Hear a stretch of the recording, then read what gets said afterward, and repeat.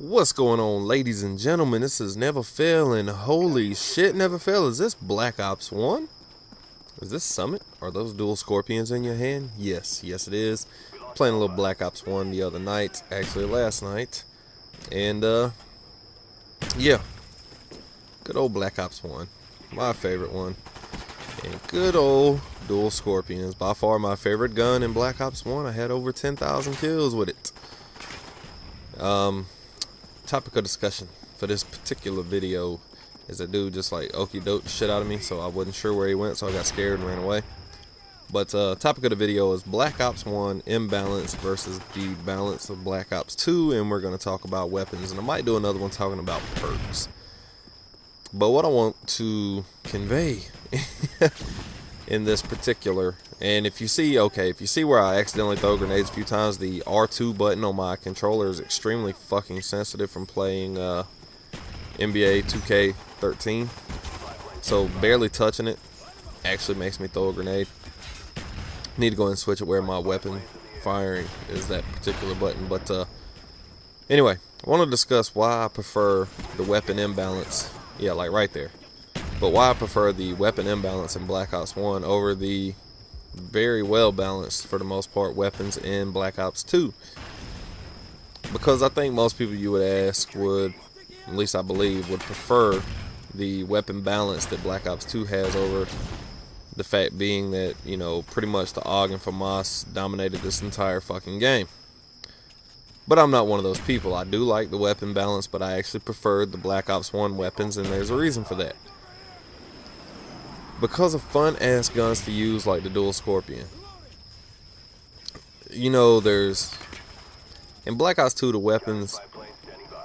weapon classes offer different feels.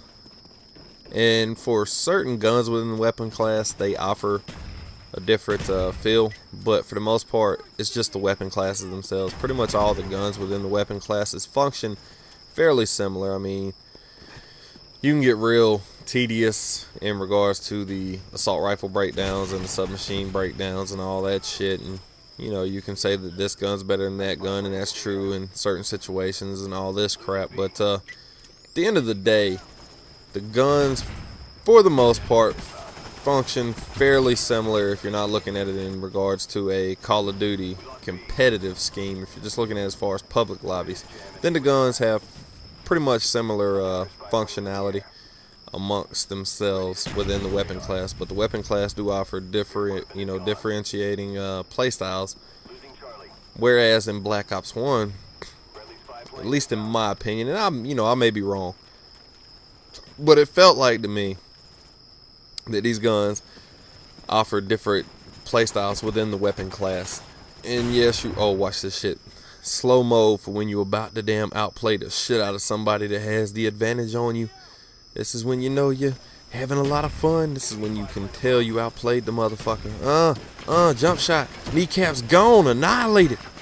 But yeah, Black Ops 1 offers unique play styles within the weapon classes.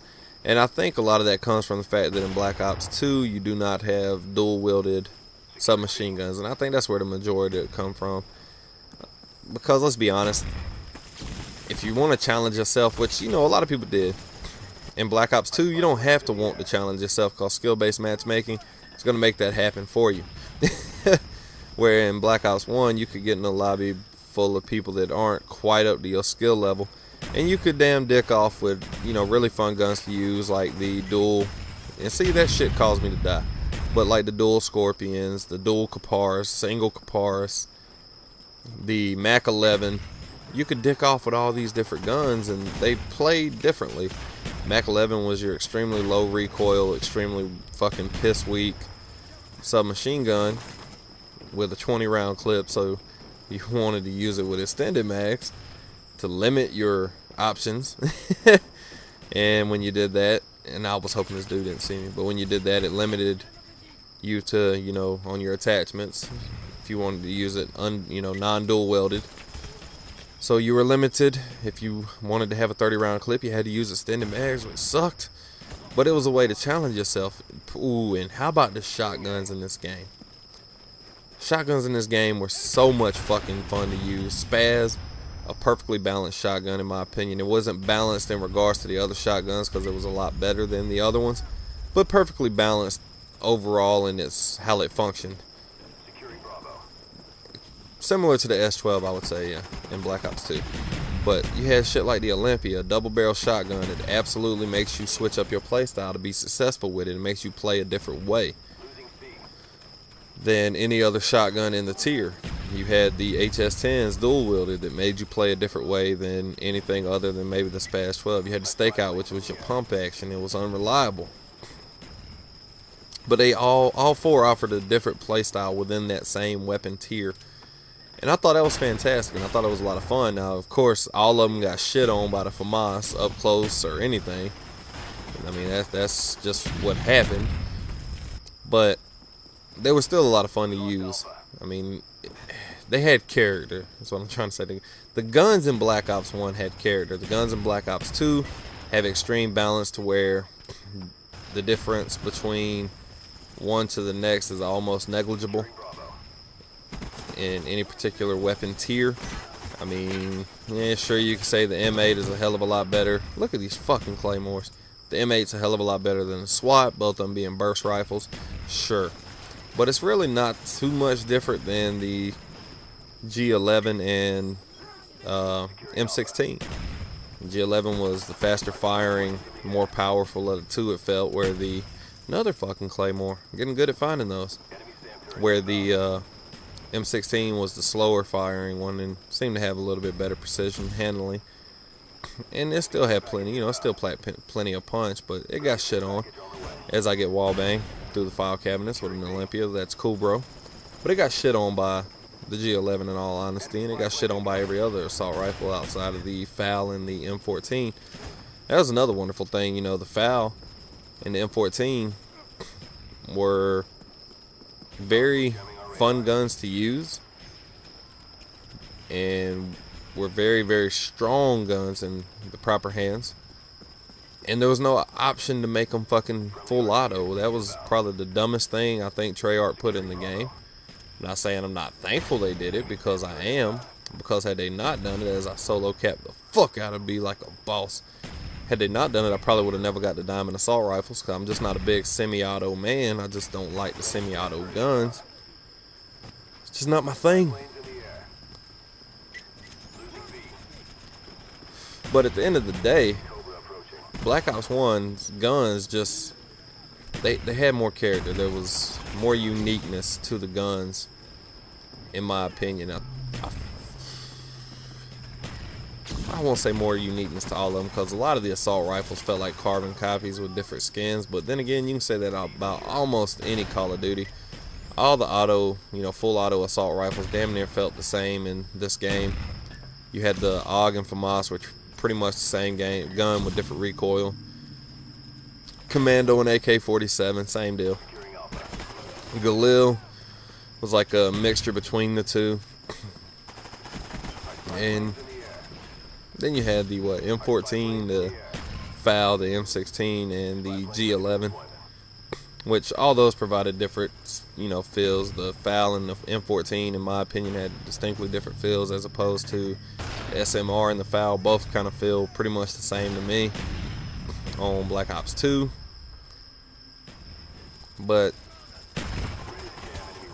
I think my biggest issue with the guns and weapon balance on Black Ops 2 is when I do manage to get into a lobby, there's really not a gun on there that makes you feel like you're challenging yourself against people that are using better guns, because they've done such a fantastic job balancing it.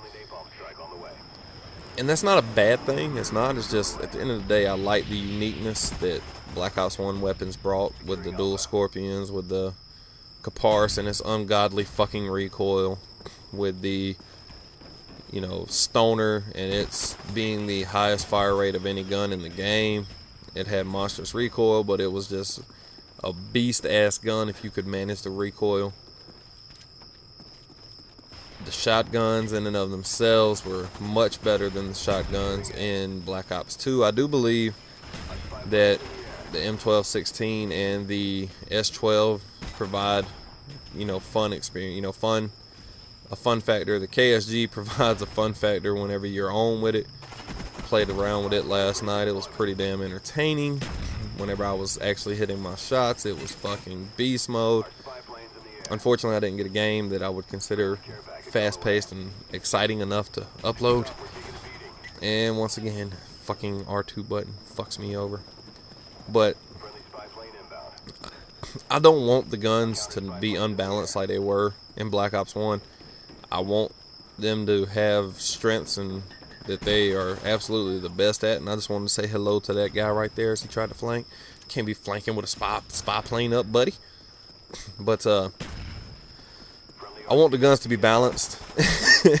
But I want them to offer you unique feels, such as I want the, you know, shit like the dual Scorpions to offer that unique feel that you just can't get with another submachine gun. But it's balanced because it doesn't do something nearly as well as a different submachine gun does, you know, like the AK or the MP5K. Whereas, I mean, you could say that maybe the Scorpion in Black Ops 2 also offers a different feel because of its super ass high fire rate and its, you know, smaller range. But it really doesn't. I think the Black Ops 1 weapons have more character anyway. That's the end of the game. We made a nice little comeback there at the end. Final score was like 40 kills, 20 deaths. Thanks for watching.